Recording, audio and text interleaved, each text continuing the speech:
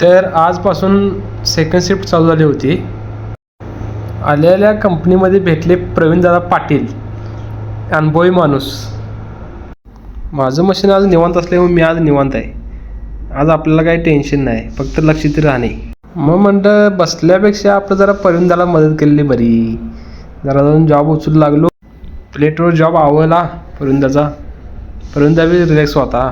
जरा त्यांचा अनुभवाचं बोल ऐकून घेतलं 4. राकेशनं तोवर आपलं सेटिंग लावून संपवलं आमच्या अगोदर.